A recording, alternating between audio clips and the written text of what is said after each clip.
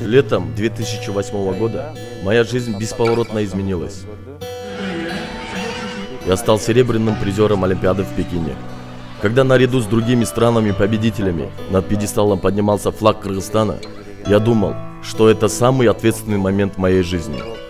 Сегодня я являюсь тренером национальной сборной по греко-римской борьбе. Всем своим подопечным я даю простой совет. Настоящий спортсмен никогда не применит свою силу против слабого. Спортсменам дана особенная сила.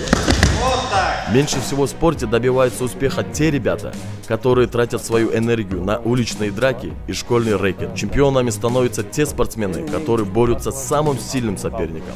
А самый сильный соперник – это твои собственные слабости, гнев и агрессия.